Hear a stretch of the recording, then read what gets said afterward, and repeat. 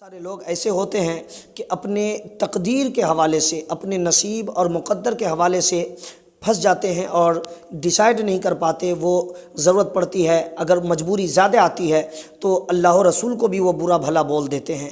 دیکھیے، مقدر جو آدمی کے نصیب ہوتے ہیں، ہمیں تو نہیں معلوم کہ ہمارے مقدر میں کیا ہے، ہمارے نصیبے میں کیا ہے۔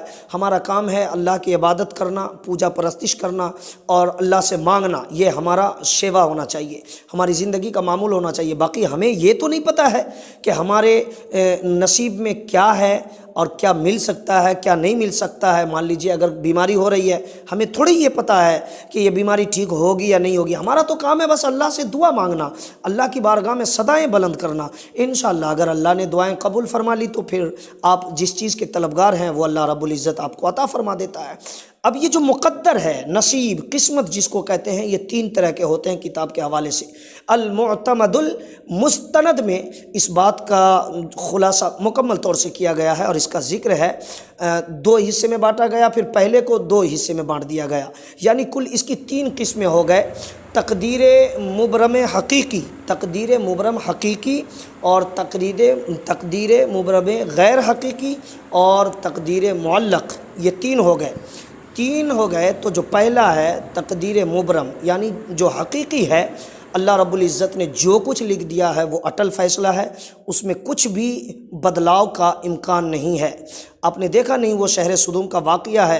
حضرت ابراہیم علیہ الصلوۃ والتسلیم دعا کرتے رہے لیکن منع کیا گیا۔ یا ابراہیم اعرض عن ھذا الی الاخ، قرآن پاک کی ایک مکمل آیت ہے۔ حضرت ابراہیم لوط علیہ السلام کی قوم کے لیے دعا کرنے کے لیے ہاتھ اٹھایا انہوں نے، تو منع کر دیا گیا کہ آپ جو ہے دعا نہ کریں، اللہ کا عذاب آنا طے ہے۔ یہ پیغمبر ہیں حضرت ابراہیم، اور ان کی دعا رد کر دی گئی۔ اللہ کا جب اٹل فیصلہ ہوتا ہے تو وہ ہو کے رہتا ہے۔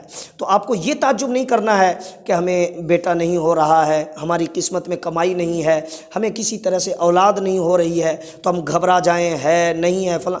آپ کا کام ہے مانگنا، مقدر میں ہوگا۔ اب یہ کس کیٹیگری میں لکھا ہے؟ یہ تین کیٹیگری جو ہم نے بتایا، تقدیر مبرم حقیقی اور جو ہے غیر حقیقی اور یہ معلق، یہ جو تین ہے، کس کیٹیگری میں آپ کی کون سی بات لکھی ہوئی ہے کس کو پتہ ہے؟ بس اللہ و رسول، اولیاء کرام، بہت سارے معاملات ایسے ہیں جو اکابرین اولیاء اعظام جانتے ہیں۔ تو پہلا جو ہے یہ بدلاؤ نہیں ہو سکتا، لیکن بہرکیف ہمارا کام ہے اللہ کی بارگاہ میں دعا کرنا، مانگنا۔ یہ نہ سوچے کہ ہوگا نہیں ہوگا چلو چھوڑ دیتے، نہیں، اللہ کی بارگاہ سے نا امید نہیں ہونا چاہیے۔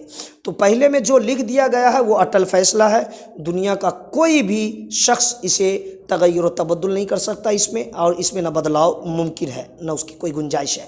جو دوسرا کیٹیگری ہے غیر حقیقی تقدیر کی، اس میں یہ ہے کہ اولیاء اعظام وغیرہ کی دعاؤں سے اللہ رب العزت اس میں تبدیلی پیدا فرما دیتا ہے۔ خود بڑے پیر غوث اعظم شیخ سیدنا عبد القادر جیلانی رضی اللہ تعالی عنہ نے ارشاد فرمایا کہ میں قضاء مبرم کو بھی ٹال دیتا ہوں۔ تو اب یہ اولیاء اعظام کی دعاؤں سے اور ان کے وسیلے سے اللہ رب العزت اس میں تبدیلی پیدا فرما دیتا ہے۔ تو یہ سیکنڈ ہوا، دوسرا ہوا۔